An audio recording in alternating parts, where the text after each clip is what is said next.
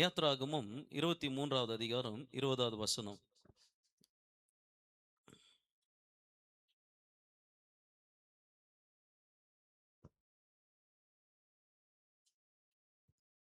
Exodus 23:20. ம்.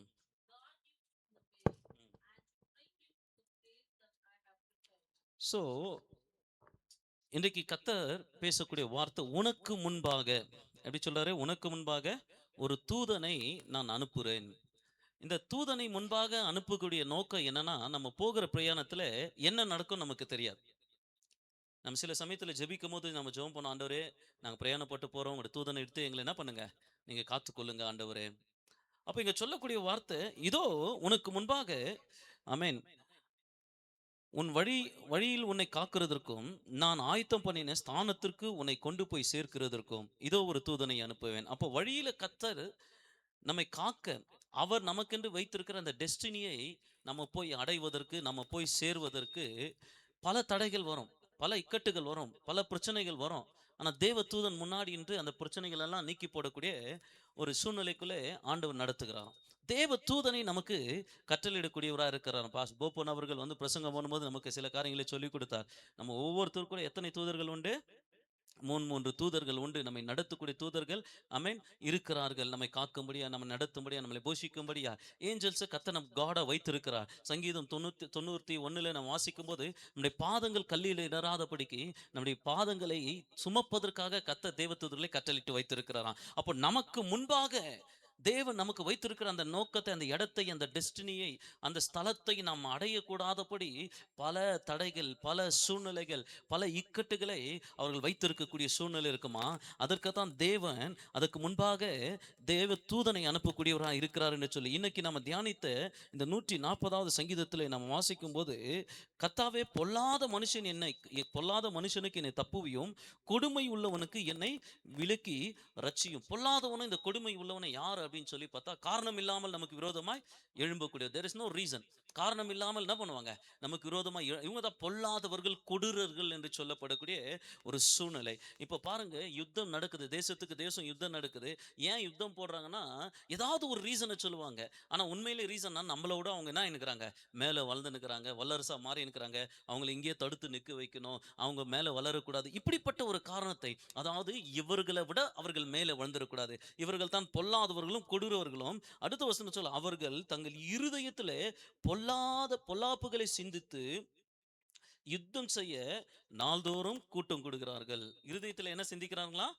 பொல்லாதவைகளை சிந்தித்து எப்படியாவது சண்டை போடலாம், எப்படி சண்டை போடலாம், எப்படி இவங்களுக்கு கீழே தள்ளலாம், எப்படி இவங்களை வீழ்த்தலாம் அப்படின்னு சொல்லி பொல்லாதவர்கள் கூட்டம் கூடி நாள்தோறும், எப்படி கூட்டம் கூடுறாங்களா? நாள்தோறும்னா என்ன அர்த்தங்க? டெய்லி டெய்லி ஏதாவது ஒரு பிளான் பண்ணிகிட்டே இருப்பாங்களாம். எப்போ இவங்களை கீழே தள்ளலாம், எப்போ இவங்களை வீழ்த்தலாம், எப்போ இவங்களை நாசமாக்கலாம், இப்படிப்பட்ட ஒரு கூட்டங்களை டெய்லி கூட்டம் கூடி பேசக்கூடிய கூட்டங்கள். அவர்களுடைய கூட்டம் எதற்கென்று சொன்னால், எப்படி இவர்களை வீழ்த்தலாம், தினந்தோறும் கூடி ஆலோசனை பண்ணுறாங்களாம். பாருங்க எப்படி இருக்கும், கொஞ்சம் யோசித்து பாருங்க. தினந்தோறும் கூடி என்ன பண்ணுறாங்களா? ஆலோசனை. எதற்கு? நம்மை வீழ்த்துவதற்கு, அல்ல அவருடைய ஆப்போசிட் பர்சனை வீழ்த்துவதற்கு. காரணம் என்னன்னு சொன்னால் ரீசன் தெரியாது. காரணம் என்னன்னா ரீசன் தெரியாது. நம்மளோட மேலே வளர்ந்துடக்கூடாது, நம்மளோட அவர்கள் உயர்ந்துடக்கூடாது. அப்படி பாருங்க, 4வது வசனம் சொல்லு, கத்தாவே துன்மார்க்கருடைய கைகளுக்கு என்னை நீங்களாக்கி, ஆமென், கொடியவர்களுக்கு என்னை விலக்கி ரட்சியும், அவர்களின் நாட்களை, ஆமென், என் நடைகளை கவிழ்க்க பார்க்கிறார்கள். பாருங்க, நடைகளை கவிழ்க்க பார்க்க, அந்த பிரயாணம் பண்ண போறோம் பாருங்க, தேவன் நமக்கு வைத்திருக்கிற அந்த ஒரு காரியம் இருக்கு பாருங்க. பல விதமான சூழ்ச்சிகளை, நம்முடைய நடைகளை, ஆமென், டிஸ்ட்ராக்ட் பண்றதுக்கு, அல்ல நம்முடைய நம்முடைய பாதைகளை பள்ளத்தில் விழுவதற்கு நமக்கு தெரியாம பள்ளங்களை தோண்டி வைக்கக்கூடிய சூழ்நிலைகளை அவர்கள் ஏற்படுத்தக்கூடியவர்களா இருக்கிறார்களா. நம்முடைய நடைகளை கவிழ்ப்பதற்கு, நம்ம விழுந்து போனோம், நம்ம எழுந்திருக்க கூடாது, ஆமென், அப்படிப்பட்ட ஒரு நிலைக்குள்ள இந்த ஊழியம் விழுந்து போனோம், இந்த ஜனங்கள் விழுந்து போனோம், இந்த குடும்பம் விழுந்து போனோம், இவங்க பிசினஸ் விழுந்து போனோம், இப்படிப்பட்ட ஒரு நிலையில அவர்கள் செய்யக்கூடியவர்கள். நான் சொல்றேன், இன்னைக்கு ஒருத்தருக்கு விரோதமா எழும்பி கத்தர் உங்களுக்கு என்று ஒரு ஆசீர்வாதத்தை வச்சிருப்பார். அந்த ஆசீர்வாதத்தை நோக்கி போயிட்டு இருப்பீங்க. நீங்க பாட்டுக்கு போயின்னு தான் இருப்பீங்க, நீங்க பாட்டுக்கு செஞ்சுன்னு தான் இருப்பீங்க. ஆனா எங்கேயோ உங்களுக்கு தெரியாத அந்த வழியில மனுஷன் உங்களுக்கு பள்ளத்தை தோண்டி இருப்பான். ஏன் ரீசன் கேட்டா, என்ன பகையா அதான்னு கேட்டா எல்லாம் தெரியாது. அவன் நல்லா இருக்கக்கூடாது, அவன் எப்படி இருக்கக்கூடாது, நல்லா இருக்கக்கூடாது, அவ்வளோதான் ரீசன். பகையெல்லாம் இல்லை ஒன்றும். நல்லா இருக்கணும். என்னை விட மேல போயிடக்கூடாது. என்னை விட உயர்ந்திடக்கூடாது. அதுதான் ரீசன். அப்ப இங்க வசனம் சொல்லுகிறது, என் நடைகளை கவிழ்ப்பதற்கு. அப்ப நடைகளை கவிழ்ப்பதற்கான சில கூட்டங்கள் செயல்படும்போது நமக்கு விரோதமாய் தேவன் என்ன செய்றார்னா, தூதனை நமக்கு முன்பாக அனுப்புகிறார். ஒரு ஆமென் சொல்லுவோமா? இப்ப என்ன வசனம் இது சொல்லுகிறது நாம் தெளிவாய் புரிந்து கொள்ள வேண்டும். நீதிமான்கள் போகிற பாதையில பிரச்சனை உண்டு. நம்முடைய நடைகளை நம்மை கவிழ்ப்பதற்கு சில காரியங்கள் உண்டாகும். அதுக்கு முன்பாக தேவன் ஒரு பிளான வச்சிருப்பாரு. யார்னா அதான் தேவதூதன். அந்த தேவதூதன் என்ன தெரியுமா பண்ணுவாரு? நம்ம கடந்து போகும்போது என்ன செய்வார்னா, அந்த பள்ளங்கள் இருந்தா அந்த பள்ளங்கள மூடுவாராம். என்ன மூடுவாராம்? பள்ளங்கள மூடுவாராம். ஒருவேளை பள்ளத்தில போய் நம்ம விழுற மாரி சூழ்நிலை ஆச்சுன்னா, அவருடைய கரங்கள கொண்டு நம்மளை தாங்கி நடத்த ஆரம்பிப்பாராம். அல்லேலூயா! ஐயோ! இது பள்ளம் மகன் இத விழுந்துறக்கூடாதுன்னு கரங்கள வைத்து அதுதான் வசனம் சொல்லுகிறது. உன் பாதங்களை கல்லில் இடராதபடிக்கு ஆமென். அவர்களை தாங்கிக் கொள்ளும்படி உனக்காக தேவதூதர்களை என் கட்டளையிடுகிறேன் என்று கர்த்தர் சொல்லுகிறார். அப்போ நமக்கென்று வைத்திருக்கிற அந்த உயர்வு, நமக்கென்று வைத்திருக்கிற அந்த ஆசீர்வாதத்தை அடைவிடாதபடிக்கு பல போராட்டங்கள், பல தடைகள், பல சூழ்ச்சிகள் நமக்கு விரோதமாய் எழும்பும். ஆகையினால தான் வசனம் சொல்லுகிறது, உனக்கு முன்பாக நீ போய் அடைய வேண்டிய கர்த்தர் உனக்கென்று நியமித்திருக்கிற அந்த ஆசீர்வாதத்தை, அந்த உன்னதத்தை, அந்த மேன்மை, அந்த கனத்தை, அந்த அபிஷேகத்தை நீ அடையக்கூடாதபடி செயல்படுகிற அந்த சாத்தானின் திட்டங்களை முறியடிப்பதற்கு உனக்கு முன்பாக நான் ஒரு தேவ தூதனை கட்டளையிடுகிறேன். அல்லேலூயா! எவ்வளவு அழகா சொல்லியிருக்கு பாருங்க. உன் நடைகளை அவர்கள் கவிழ்க்க பார்ப்பாங்களாம். என்ன பண்ணுவாங்களாம்? நடைகளை கவிழ்க்க பார்ப்பாருங்களாம் பாருங்க. அதுல 5ஆம் வசனம் சொல்ல, அகங்காரிகள் எனக்கு விரோதமாய் எண்ணியும், கயிறுகளையும் மறைவாய் வலையும் விரித்து, எனக்கு சுருக்குகளையும் வைக்கிறார்கள். வலையும், சுருக்குகள என்ன பண்றாங்களாம்? வைக்காங்களாம். சுருக்குனா எப்படிங்க? சின்னதா ஒரு ரவுண்டு கயிறு கட்டிட்டு வச்சுடுவாங்க. அங்க கால் வைக்கும்போது, அது அப்படியே மாட்டிக்கும். அப்படியே மாட்டிக்கின்னு போயிடும். அந்த மாரி சுருக்கு. வலைகள் இதெல்லாம் என்னன்னா தெரிஞ்சு வைக்க மாட்டாங்க. தெரியாத வைத்து எப்படியாவது நம்மள வீழ்த்தணும், எப்படியாவது நம்மள அழிக்கணும், எப்படியாவது நம்மள சாகடிக்கணும். இப்படிப்பட்ட ஒரு நிலைமை. அப்போஸ்தலனாகிய பவுல் ஒரு முறை பிரயாணம் பண்ண போறார். த பால் இஸ் ஜர்னிங். ஆமென். அவர் பிரயாணம் பண்ணி போறார். எங்க பிரயாணம்? கப்பல்ல பிரயாணம் பண்ணி அவர கூட்டின்னு போறாங்க. சுவிசேஷம் சொல்லும்படியா, அவர் அறிவிக்கப்படும்படியா போறார். அப்ப அந்த சூழ்நிலை என்ன நடக்குதுன்னா, பாருங்க கப்பல் உடைஞ்சு போகுது. என்ன நடக்குது? கப்பல் உடைஞ்ச போது எல்லாரும் முழுகிடுறாங்க. எல்லாரும் பல பேர் முழுகுறாங்க. இந்த அப்போஸ்தலனாகிய பவுல் என்ன பண்ணார், சில பேரெல்லாம் வாங்க, வாங்க எல்லாரும் இந்த கப்பல் இந்த போட்டுடைய இந்த பலகைகள பிடிச்சுக்குங்க. இந்த பலகைகள பிடிச்சுக்கணுமானா, இது எந்த நதி இருக்குதோ அந்த கரை எங்க இருக்குதோ அங்க என்ன பண்ணோம், இத அடிச்சுட்டு போவோம். அந்த இடத்துல நம்ம போயிடலாம்ன்னு சொல்லி, இவர்கள்லாம் அந்த கப்பலுடைய அந்த பலகைய பிடிச்சுட்டு அப்படியே இவர்கள் கடந்து போக ஆரம்பிக்கிறார்கள். கடந்து போன பிறகு ஒரு ஊர்ல பார்த்தீங்கன்னா, இவங்களெல்லாம் வரவேற்று, பாவம் ரொம்ப குளிர்ல இருக்கிறாங்க. ரொம்ப தண்ணீல மிதக்கிட்டு வந்துட்டு இருக்கிறாங்கன்னு சொல்லி, குளிர் காய வைக்கிறாங்க. நெருப்பு போடுறாங்க. விறகுகள வச்சு நெருப்பு போடுறாங்க. இப்ப இதுல அப்போஸ்தலனாகிய பவுலும் போய் நெருப்புகிட்ட என்ன பண்றாரு? உட்கார்றாரு. குளிர் காய்றாரு.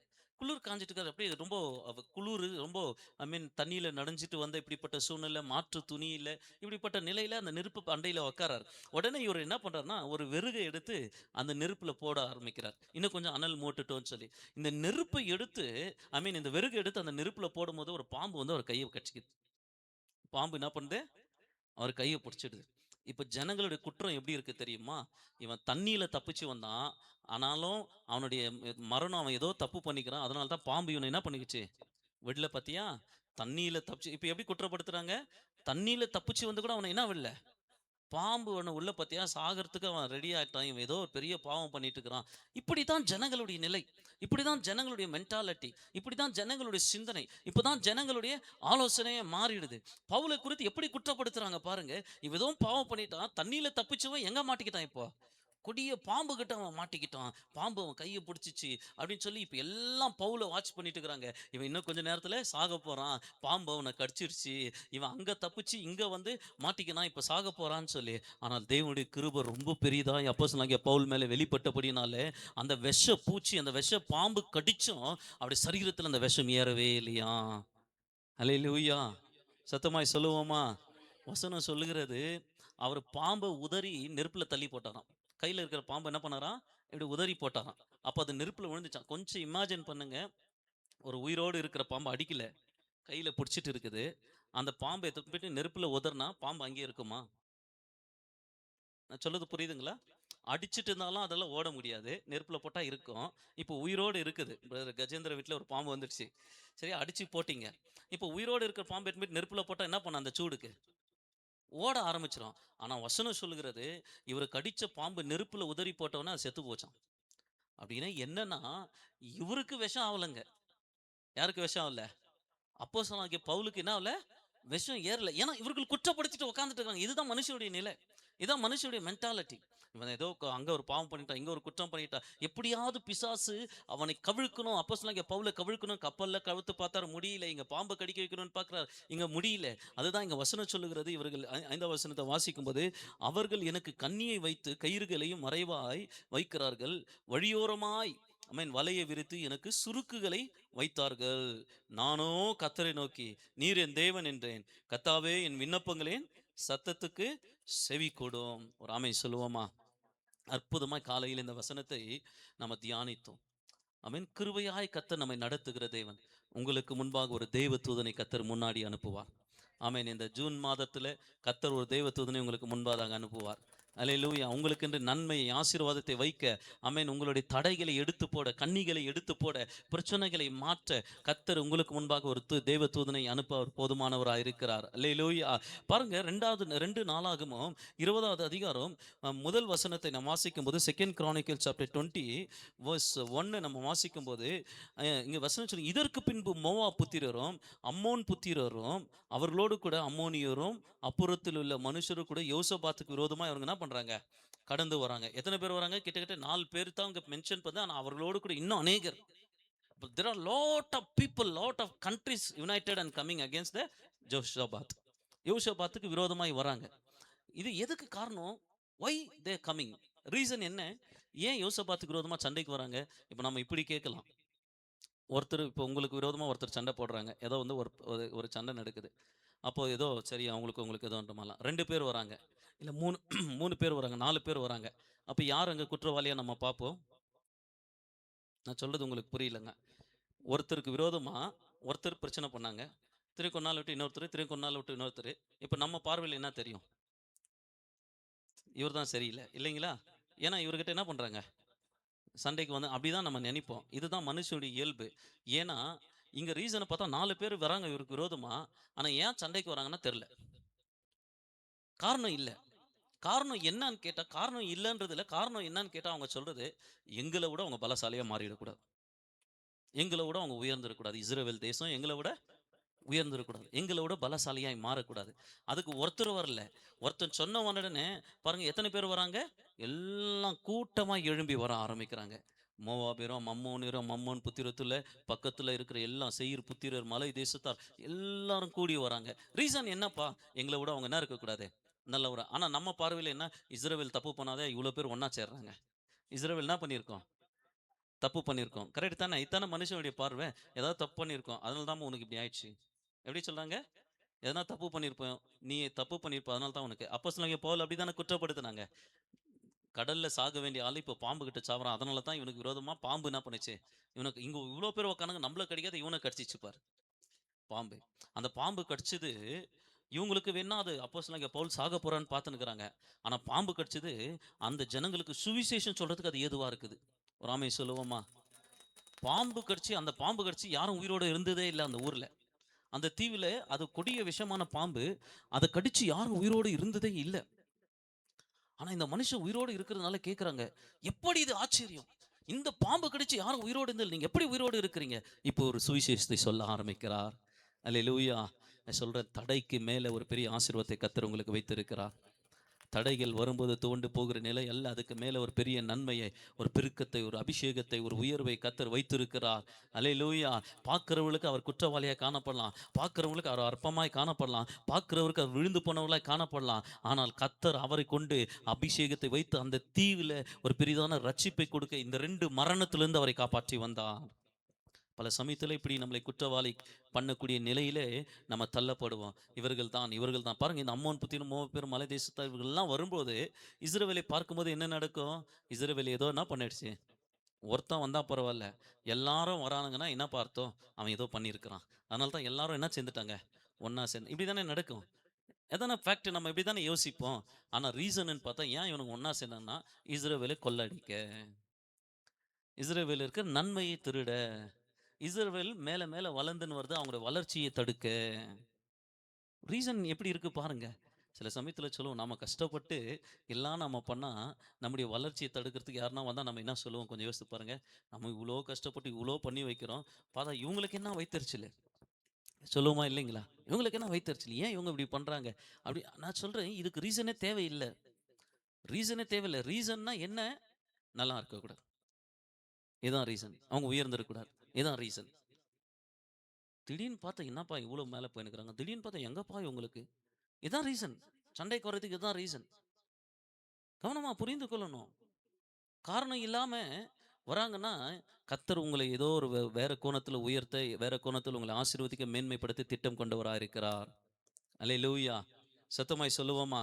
பாருங்க, இவர்கள் யுத்தத்துக்கு வந்தபடினால, இந்த இஸ்ரவேல் ஜனங்க செய்யக்கூடிய ஒரு காரியம் என்னன்னா, 14வது வசனத்தை நீங்கள் வாசிங்களேன். 2 நாளாகமம் 20:14. 13 வாசிப்போமா? 13 நான் வாசிக்கிறேன்.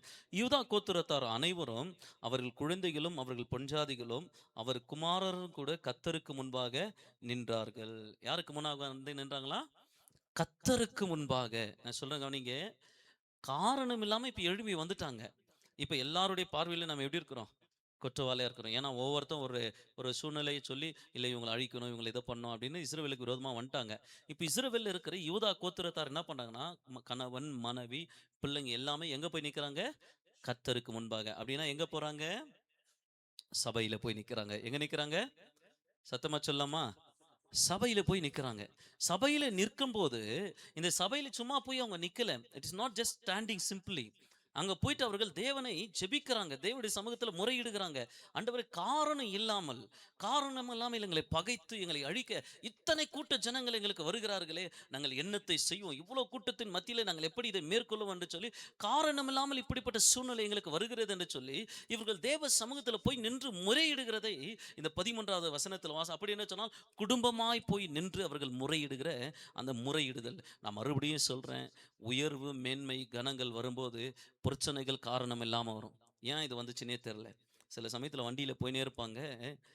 நல்லா எல்லாம் செக் பண்ணிட்டு போனோம். எல்லாம் கரெக்ட்டா இருந்துச்சு. ஆனா இது எப்படி ஆச்சுன்னே தெரியலன்னுவாங்க. எப்படி? இது எப்படி ஆச்சுன்னே தெரியல. திடீர்னு வீல் கழண்டிடும். திடீர்னு பஞ்சர் ஆயிடும். என்னென்னவோ நடக்கும். எல்லாம் ரீசன் ஒண்ணுமே தெரியாது. காரணம் இல்லையே, இதெல்லாம் நம்ம செக் பண்ணிட்டு தானே வந்தோம். கரெக்ட்டா தானே இருந்துச்சு. இப்படின்னு சொல்லுவோம். காரணம் இல்லாம ஏதாவது ஒரு தடைகள் வந்துட்டே இருக்கும். நம்ம போகிற அந்த அந்த பிரயாணத்தை தடை பண்ண, அந்த உயர்வை தடை பண்ண, அந்த ஆசீர்வாதத்தை தடை பண்ண காரணம் இல்லாம ஏதோ ஒரு பிரேக் நமக்குள்ள வர ஆரம்பிக்கும். அப்படிப்பட்ட ஒரு சூழ்நிலை தான் இவர்களுக்குள்ள வரும்போது, அவர்கள் என்ன பண்ணாங்கன்னா, தேவ சமூகத்தில போய் என்ன பண்ணாங்க? நிக்க ஆரம்பிச்சாங்க. குடும்பமா என்ன பண்ணாங்க? தேவ சமூகத்தில போய் கோத்திரமா, யூதா கோத்திரமா எல்லாரும் தேவ சமூகத்தில போய் நிக்கிறாங்க. தேவ சமூகத்தில அப்படி நிக்கும்போது எல்லாம் கோத்திரத்தார், நான் சொல்றேன் கோத்திரம்னா ஒரு ஃபுல் ட்ரைபே போயிட்டு தேவ சமூகத்தில நின்னு ஜெபம் பண்றாங்க. அப்போ அந்த தேவ சமூகத்தில ஃபுல் ட்ரைபே நின்னு ஜெபம் பண்ணும்போது 14வது வசனம் சொல்லுகிறது, அப்பொழுது சபையின் நடுவில் இருக்கிற மத்தானியாவின் குமாரனாகிய ஏயாலின் மகனான பெனாயாவுக்கு பிறந்த சகரியாவின் புத்திரன் யாகேசியல் என்னும் ஆசாப்பின் புத்திரரில் ஒருவனான லேவியின் மேல் கர்த்தருடைய ஆவி இறங்கினது. இந்த ஆசாப்பின் புத்திரர்னா யாருன்னா வொர்ஷிப்பர்ஸ். ஆசாப்பின் புத்திரர்னா யாருங்க? இந்த ஆசாப்புடைய சந்ததி எப்படிப்பட்ட ஒரு சந்ததி அது? ஆராதிக்கிற சந்ததி. இந்த ஆராதிக்கிற இந்த ஜனத்தின் மேலே இவர்கள் ஜெபித்துக் கொண்டிருக்கிறார்கள். இந்த ஆராதிக்கிற சந்ததியின் மேல பர்ட்டிகுலரா பேர சொல்லுது. அவங்க தாத்தா பேரும் சொல்லுது. எல்லாமே அவருடைய ஐடென்டிஃபை சொல்லிட்டு ஆண்டவர் சொல்றாரு. இந்த யாகசியல் மேல என்ன வருதுன்னா, தேவனுடைய ஆவி இறங்குது. என்ன இறங்குது? தேவனுடைய ஆவி. பாருங்க, குடும்பம் குடும்பமா போய் ஜெபம் பண்றாங்க. அதுல ஆசாப்பின் குடும்பத்தார் மேல இந்த ஆவி இறங்குது. இந்த ஆசாப்பின் குடும்பத்தார் தேவனை ஆராதிக்கிறவர்கள், தேவனை தொழுது கொள்ளுகிறவர்கள், தேவனை மகிமைப்படுத்துகிறவர்கள். இவர் மேல அந்த ஆவி இறங்கி 15வது வசனத்திலே தேவன் அவர் மூலியமாய் வெளிப்படுத்தக்கூடிய காரியங்களை பாருங்க. சகல யூதா கோத்திரத்தாரே, எருசலேமின் குடிகளே, ராஜாவாகிய யோசபாத்தே கேளுங்கள். நீங்கள் அந்த ஏராளமான கூட்டத்துக்கு பயப்படாமலும் கலங்காமலும் இருங்கள் என்று கர்த்தர் உங்களுக்கு சொல்லுகிறார். காரணம் என்னன்னா, இந்த யுத்தம் உங்களுடையது அல்ல. இது யாருடையது? நல்ல ஒரு அல்லேலூயா சொல்லுவோமா? அல்லேலூயா. ஏன்பா யுத்தத்துக்கு வர? தெரியாது, எங்கள விட நல்லா இருக்கிறாங்க. ஏன்பா யுத்தத்துக்கு வர? அவங்களுடைய ஆசீர்வாதத்த தடை பண்ணும். ஏன்பா யுத்தத்துக்கு வர? அவங்க நன்மைய நான் என்ன பண்ணும்? தடை பண்ணும். ஆமென். இப்படிப்பட்ட பல காரியங்கள். ஒருத்தர் பார்த்தீங்கன்னா, டாக்குமெண்ட்டு ஒரு லேண்ட ஒருத்தர் வாங்கியிருக்காரு. நம்ம ஃப்ரெண்டுக்கு ஃப்ரெண்டு. அவர் ஒரு ப்ரேயர் ரிக்வெஸ்ட்டா சொன்னாங்க. என்னன்னா, ஒருத்தர் வந்து எக்ஸ்ன்ற பெர்சன் கிட்ட வாங்கிட்டாரு லேண்டு. அவர் ஓன் பர்ச்சேஸ் லேண்ட் எக்ஸ்ன்றவரு. எல்லாம் வாங்கிட்டு டாக்குமெண்ட் கிளியர் ஆயிடுச்சு. எல்லாம் ரெஜிஸ்ட்ரேஷன்லாம் இவர் பேர் மேல ஆயிடுச்சு. இப்போ ஒருத்தர் போயிட்டு கேஸ் போட்டுக்கிறாங்க. யாரு அப்படின்னு பார்த்தா, இந்த எக்ஸ்ன்னு கிட்ட வாங்குனாங்க பாருங்க. எக்ஸ் உடைய தங்காச்சி பேரன். யார் கேஸ் போட்டுக்கிறது? எக்ஸ் உடைய தங்காச்சி பேரன். ஒருவேளை தாத்தா சொத்து இருந்தா கூட ஏதாவது கொஞ்சம் கிரிப் ஓல்டு எதனா இருக்கலாம். தாத்தாது எங்களுக்கு எங்க அம்மாவுக்கு வரலன்னு கேட்கலாம். இது எக்ஸ்ன்ற ஒரு ஓன் லேண்டு. அவரு வாங்கின லேண்டு. இவங்க கேஸ் போட்டுக்கிறாங்க. இவங்க போயிட்டு எதுக்குடா கேஸ் போட்டா எனக்கு ஒரு 5,00,000 கொடு. அந்த கேஸ் என்ன பண்றேன் நானு? வித்ட்ரா பண்றேன். காரணம் இல்லாம பாருங்க. ஏதாவது கிடைக்குமா? ஏதாவது நன்மை வருமா? எப்படியாவது இவங்கள வீழ்ச்சிக்குள்ள நடத்தலாமா? எப்படி இவங்களுக்குள்ள இந்த பணம் வருது? எப்படி இந்த ஆசீர்வாதம் இவங்களுக்குள்ள வருது? கொஞ்சம் யோசித்து பாருங்க. காரணம் இல்லாம. அப்ப இவர்கள் போய் தேவ சமூகத்துல நிற்கும்போது, வசனம் சொல்லுகிறது, நீங்கள் அவர்கள் ஏராளமான கூட்டத்திற்கு யார் யார் வராங்க? அம்மோனியர், மலை தேச சேயீர் புத்திரர், அம்மோனியர் புத்திரர் பக்கத்தில் இருக்கிற மற்றும் மலை எல்லாம் கூட்டமாய் கூடி வரும்போது, ஆண்டவர் சொல்றாரு, இத்தனை தேசத்தார் வரும்போதும் நீ பயப்படாதே. இந்த யுத்தம் உங்களுடையதல்ல. இந்த யுத்தம் கர்த்தருடையதா இருக்கிறது. அல்லேலூயா! Praise the lord. அப்படி என்று சொன்னால் அர்த்தம் என்ன? உங்களுக்கு முன்பாக ஒரு தேவ தூதனை கர்த்தர் அனுப்பி கொண்டிருக்கிறார். ஆமென். உங்களுடைய வழியை செவ்வைப்படுத்த கர்த்தர் ஒரு தேவ தூதனை அனுப்பி கொண்டிருக்கிறார். ஒரு நன்மையை கொடுக்க தேவ தூதனை கர்த்தர் அனுப்பி கொண்டிருக்கிறார். உங்களுக்கென்று அந்த உயர்வு, உங்களுக்கென்று வைத்திருக்கிற அந்த டெஸ்டினி, அந்த இடத்தை, அந்த ஸ்தலத்தை, அந்த உயர்வை நீங்கள் அடைவதற்கு கர்த்தர் ஒரு தேவ தூதனை உங்களுக்கு முன்பாக அனுப்பி கொண்டிருக்கிறார். இருக்கிற எல்லா தடைகளை கர்த்தர் உடைக்க முடியாத தேவ தூதனை முன்னாடி அனுப்பி கொண்டிருக்கிறார். காரணம் இல்லாமல் எழும்பும்போது தேவன் எழும்புவார். அவர் சொல்றார், இந்த யுத்தம் உங்களுடையது அல்ல, இது யாருடையது? ஆமென். இது கர்த்தருடையது. மனிதர்களை பார்த்து சொல்லார், யூதா கோத்திரத்தாரே, சகல ஜனங்களே, யூதா கோத்திரத்தின் ராஜாவே யோசபாத்தே கேளு. இந்த யுத்தம் நீ ராஜாவா இருந்தாலும் உண்டு இல்ல. நீ பண்ண போறதில்ல. இது யுத்தம் யார் செய்யறது? இதை கர்த்தர் செய்கிறார். ஒரு ஆமென் சொல்லுவோமா? தேவனே இதை செய்வார். கர்த்தரே செய்வார். இப்படி உங்களுக்கு விரோதமாய் யுத்தங்கள் எழும்பினாலும் கர்த்தர் முன்னாடி போவார். ஆமென். கர்த்தர் முன்னாடி போய் வீணாய் பழியாய் சொல்லி, ஆமென், அவர்கள் யுத்தம் பண்ண நினைக்க பார்க்கிற அல்ல உங்களை வீழ்ச்சிக்குள்ள நடத்த பார்க்கிற இடத்துல அவர்கள் வெட்கி வெட்கி நாணமடையபடியான காரியங்களை கர்த்தர் செய்வார். இதைத்தான் சங்கீதம் 40 140ல நாம் வாசித்தோம். அவர்களுடைய நாமங்கள் அழிந்து போவதாகன்றார். அவர்கள் இல்லாமல் இருக்கிற இடமே தெரியக்கூடாது. கொஞ்சம் யோசித்து பாருங்க. அவர் ஜெபிக்கிற அந்த ஜெபம், ஆண்டவரே, வீணான பழிகள், பொல்லாதவர்கள், கொடூரர்கள் எங்களுக்கு விரோதமாய் எழும்பக்கூடிய ஒரு ஸ்தானம், ஒரு ஸ்தலம், ஒரு காரியம் என்று சொல்லி நம்மகிட்டே நன்மையை வாங்கிக்கிட்டு நமக்கு விரோதமா நிக்கும்போது அந்த வேதனை இருக்கும் பாருங்க. இல்லைங்களா? அப்படிப்பட்ட ஒரு சூழ்நிலைக்குள்ள அவர்கள் செய்யும்போது கர்த்தர் நமக்காக போய் நின்று யுத்தங்களை நடப்பிக்கக்கூடிய தேவனா இருக்கிறார். அல்லேலூயா! சத்தமாய் சொல்லுவோமா? இப்படிதான் இது எகேசியேல் கிட்ட ஆண்டவர் பேசக்கூடிய ஒரு சத்தியமா இருக்கிறது. தேவ பிள்ளைகளே, 1 பேதுரு முதலாவது அதிகாரம் 14வது வசனத்தை நாம் வாசிக்கும்போது, ஃபர்ஸ்ட் பீட்டர் சாப்டர் 1 வெர்ஸ் 14 நாம் வாசிப்போமா? First Peter 1:14 14. ம். ம். ஆமென். நீ நீங்கள் முன்னே உங்கள் அறியாமையினாலே கொண்டிருந்த இச்சைகளினால்படி இனி நடவாமல் கீழ்ப்படுகிற பிள்ளைகளா நீங்கள் என்ன பண்ண வேணும்? இருக்க வேண்டும். கர்த்தர் உங்களுக்கு தேவதூதனை முன்னாடி அனுப்பணும்னா, இந்த எகாசியேல் கிட்ட ஆண்டவர் சொல்லக்கூடிய ஒரு வார்த்தை என்னன்னா, தேவனை பாடி துதிக்கிறவர்களாய் நீங்கள் முன்னாடி அனுப்புங்க. சண்டை போடுறதுக்கு யார அனுப்ப சொல்றாரு? ஆண்டவரை பாடி துதிக்கிறவர்கள நீங்க என்ன பண்ணுங்க? முன்னாடி அனுப்புங்க. பாருங்க, நமக்கு கற்றுக் கொடுக்கிற காரியம், உலக பாவங்களை விட்டு இனி தேவனுக்கு கீழ்ப்படிக்கூடிய பிள்ளைகளா நீங்க என்ன பண்ணுங்க? மாறுங்க, நடங்க. அப்ப அப்படி நடக்கும்போது நமக்கு விரோதமாய் வீணாய் எழும்பி உங்களுக்கு விரோதமாய் ஃபேமிலியில சரி, அக்கம் பக்கம் நெய்பரும் சரி, குடும்பத்தார் சரி, யாரோ சரி, எழும்பும்போது யுத்தம் பண்ண கர்த்தர் முன்னாடி போவார். யார் முன்னாடி போறது? கர்த்தர். நமக்குரியதை கர்த்தர் என்ன பண்ணுவாரு? ஆமென், செய்வார். சில சமயத்துல பிசாசு தடை பண்ணுவான். உங்களுடைய ஆசீர்வாதத்த பிசாசு என்ன பண்ணுவான்? தடை பண்ணுவான். உங்ககிட்ட இந்த பிசினஸ்ல தான் இதெல்லாம் நடக்கும். பிசினஸ்ல என்ன நடக்கும்? நம்ம நம்ம போவோம். நம்மகிட்ட வர மாரி வருவாங்க. டைவர்ட் ஆயிட்டு போயிடுவாங்க. வந்தாங்க. ஆனா நமக்கு என்ன ஆவல? நன்மை நடக்கலையே, ஏன் நடக்கல? அவங்களுக்கு மட்டும் எப்படி பிசினஸ் ஆகுது? இப்படிப்பட்ட ஒரு கேள்வி இருக்கும். பிசாசு அப்படியே டைவர்ட் பண்ணி என்ன பண்ணுவான்? அங்க நடத்த பார்க்குவான். அங்க போயிடு, இங்க வேண்டான்னு சொல்லி. நமக்கு ஆச்சரியம். என்னடா இது? நம்ம நல்லா தானே இருக்கிறோம், நல்லா தானே பண்றோம். அவங்கள விட கம்மியா தானே தர்றோம். எல்லாமே நம்ம நிதானமா செய்றோம். ஆனா ஏன் நடக்க மாட்டேன்னுக்குது? இது பிசாசுடைய டைவர்ஷன். இது பிசாசுடைய திசை திருப்புதல். இந்த திசை திருப்புல உங்களுடைய நன்மைக்கான வழியில பிசாசு திசை திருப்புகிற அந்த சூழ்நிலையை கர்த்தர் இனிமே மாற்றுவார். எத்தனை பேர் விசுவாசிக்கிறீங்க? அல்லேலூயா! ஏன்னா தேவ தூதனை கர்த்தர் உங்களுக்கு முன்னாடி அனுப்புவார். சில சமயத்தில பல முயற்சிகளை பண்ணி கூட பல தோல்விகளை நம்ம பார்ப்போம். இவ்வளோ கஷ்டப்பட்டு கிட்ட வந்துட்டு அந்த நன்மை என்ன பண்ணல? வராம போயிடுச்சு. எதிர்பார்த்தது வரலையே! அப்படின்ற சூழ்நிலைலாம் இருந்திருக்கும். ஆனா இனி கர்த்தர் உங்களுக்கு முன்பாக ஒரு தூதனை அனுப்புவார். என்னன்னா உலக காரியங்களை விட்டு தேவன் சொல்லுகிற வார்த்தைக்கு கீழ்ப்படிந்து நடக்கும்போது, தேவன் உணர்த்துகிற வார்த்தைக்கு கீழ்ப்படிந்து நடக்கும்போது, இனி தேவனுடைய அபிஷேகம், தேவனுடைய நன்மை, தேவனுடைய மகத்துவம், தேவனுடைய வல்லமை உங்களை தாங்கி உங்களை பலப்படுத்தி நடத்தக்கூடியதா இருக்கும். அல்லேலூயா! இதுதான் தேவனுடைய தயவு, இதுதான் தேவனுடைய இரக்கம், இதுதான் தேவனுடைய ஆசீர்வாதம். ஆமென். ஏசாயா தீர்க்கதரிசன புத்தகத்திலே ஆமென் 8வது அதிகாரம் 9வது வசனம் சொல்லப்பட்டிருக்கிறது. தேவன் எங்களோடு கூட இருக்கிறார். எப்படி சொல்றாரு அவரு? தேவன் எங்களோடு ஐசையா சாப்டர் 8 வெர்ஸ் 9 வாசிங்க. ஏசாயா 8:9.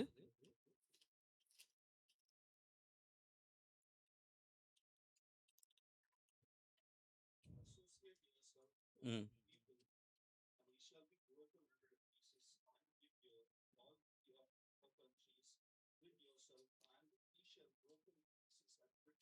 ஆமென்.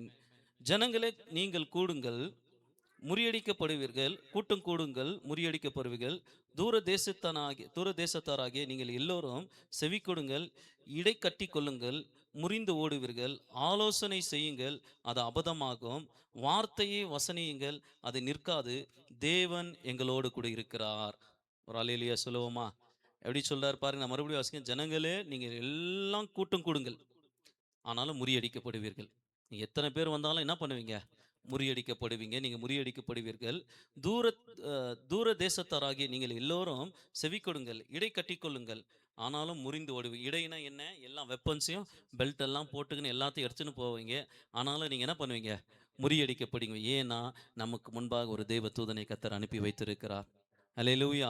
அடுத்த வசனத்தை நான் வாசிக்கிறோம். ஆலோசனை செய்யுங்கள், அது அபத்தமாகும். வார்த்தையை வசனியுங்கள், அது நிற்காது. தேவன் எங்களோடு இருக்கிறார். நீ என்ன பிளான் பண்ணி, என்ன ஸ்ட்ராட்டஜி பண்ணு, என்ன வார்த்தைகளை சொல்லி, நீ என்ன விதமான திட்டங்கள்லாம் நீ போடு, பிளான்லாம் போடு. ஆனா அது நிற்காது. காரணம் என்னன்னா, கர்த்தர் எங்களோடு கூட இருக்கிறார். தேவன் எங்களோடு கூட இருக்கிறார். தேவன் நமக்கு முன்பாக ஒரு தூதனை அனுப்பி, இந்த காரியங்கள், இந்த சூழ்ச்சிகள் எல்லாம் முறியடித்து நடத்த அவர் போதுமானவராய் இருக்கிறார்.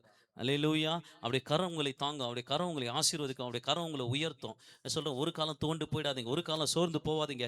தேவனுடைய வல்லமை உங்க மேல இறங்கும்போது, இனி உங்களுக்குரிய நன்மை, இனி உங்களுக்குரிய ஆசீர்வாதத்தை கர்த்தர் நிச்சயம் உங்களுக்கு என்பதை அவர் உங்களுக்கே கொண்டு வந்து அவர் கொடுக்க அவர் போதுமானவரா இருக்கிறார். அந்த உயரத்தை நீங்கள் அடைவதற்கு ஏற்ற ஒரு தூதனை கர்த்தர் உங்களுக்கு சப்போர்ட்டாய் உங்களுக்கு முன்னாடி அனுப்புவார். நீங்க போகிற பாதை உங்களுக்கே தெரியாம இருக்கலாம். You are just journeying, you are travelling. ஆனால் கர்த்தர் உங்களுக்கு முன்பாக அந்த வழியை தேவதூதனை அனுப்பிவிடுவார். அல்லேலூயா! ஒரு தேவதூதனை உங்களுக்கு பாதுகாப்பாய் கர்த்தர் அனுப்பி கொடுத்துருவார். இதுதான் தேவன். ஏன்னா நம்ம போற இடம் நமக்கு தெரியாது. அந்த ஜர்னி, அந்த ஃபர்தர், அந்த அந்த முன்னாடி இருக்கிற ஃபார்வர்டான பிளேஸ், அந்த லேண்ட், அந்த இடம் எப்படி இருக்கும்னு தெரியாது. சம்டைம் டிராவல் பண்ணும்போது டிராஃபிக்கா என்ன இருக்கும் எதுன்னே தெரியாது. பட் தேவன் அங்க ஒரு தூதனை நமக்கு அனுப்பி நம்மளை வழிநடத்த போதுமானவராய் இருக்கிறார். அல்லேலூயா! கர்த்தர் மிகவும் நல்லவர். ஆமென் சொல்லுவோமா? எனக்கு ரொம்ப நாளைக்கு முன்னாடி யாரோ சொன்ன ஒரு ஞாபகம் இருக்குது. வண்டி ஓட்டிட்டு போயிருந்தாங்களாம் எங்கேயோ டூருக்கு. எங்கேயோ போயிட்டு வந்துருந்துருக்காங்க. வீல் மட்டும் முன்னாடி கழண்டி ஓடினுக்குதாம். என்ன பண்ணியிருக்குதாம்? கார்ல இருக்கிற வீல் என்ன பண்ணுக்குதாம்? முன்னாடி கழண்டி ஓடினுக்குதாம். வீட்ல உள்ள உட்காந்துக்கிறவங்க சொல்ல யார்தோ வீல் என்ன பண்ணுக்குது? கழண்டி ஓடினுக்குதுன்னு சொல்றாங்க. கொஞ்சம் எப்படி இருக்கும்? கொஞ்சம் யோசித்து பாருங்க அந்த சிச்சுவேஷனுங்க. ஆனா கார் ஓடினுக்குது. கார் போயினுக்குது. காருக்கு முன்னாடி என்ன போயினுக்குது? வீல் போயினுக்குது. ஆனா உள்ள இருக்கிறவங்களுக்கு என்ன ஆகல? ஒண்ணும் ஆவல. சேஃபா போய் நிக்க வச்சாங்கன்னு எனக்கு ரொம்ப ரொம்ப வருஷங்களுக்கு முன்னாடி இந்த ஒரு காரியத்த நான் கேட்டேன். எனக்கு அது ஞாபகம் வருது. அப்புறம் வண்டிய நிக்க வச்சு பார்த்தா, யாரு வீல் காணோம். 3 வீல்ல கார் நின்னுக்குது. என்ன ஆச்சரியம் பாருங்க இல்லைங்களா? எப்படிப்பட்ட ஒரு கிருப பாருங்க. அத பார்க்கும்போது எப்படி இருந்திருக்கும் வந்து இறங்கி பார்த்துருந்தா. ஏன்னா ஹைவேல வந்துன்னு இருக்கும்போது அப்படி நடந்துச்சுன்னா, என்ன ஒரு சூழ்நிலை.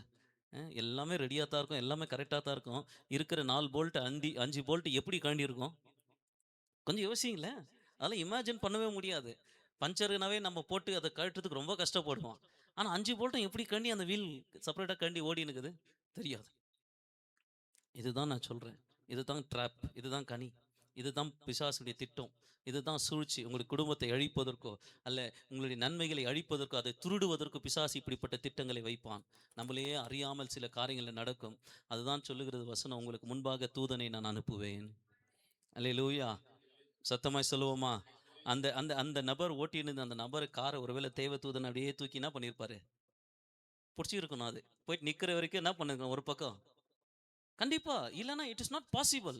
கிராஸ் ஆயிடும் வண்டி. பஞ்சர் ஆனாவே வண்டி கொஞ்சம் இறங்கிடுது. வீலே இல்லன்னா எப்படி இருக்கும் கொஞ்சம் யோசித்து பாருங்க. அதுதான் தெய்வத்துவம். அதுதான் தேவனுடைய செயல். அதான் தேவனுடைய இரக்கம். கர்த்தர் அந்த குடும்பத்தின் மேலே கிருபையாய் இருக்கிறார் என்பதற்கான அடையாளம் அதுதான். அல்லேலூயா! அதனால இத நம் மனதில வைத்துக்கொள். நமக்கு முன்பாக தேவதூதனை அனுப்ப அவர் போதுமானவராய் இருக்கிறார். நம்ம எல்லாரும் எழுந்து நின்று கர்த்தரை நோக்கி பார்த்து கண்கள மூடி நம்ம ஜெபம் பண்ணுவோமா?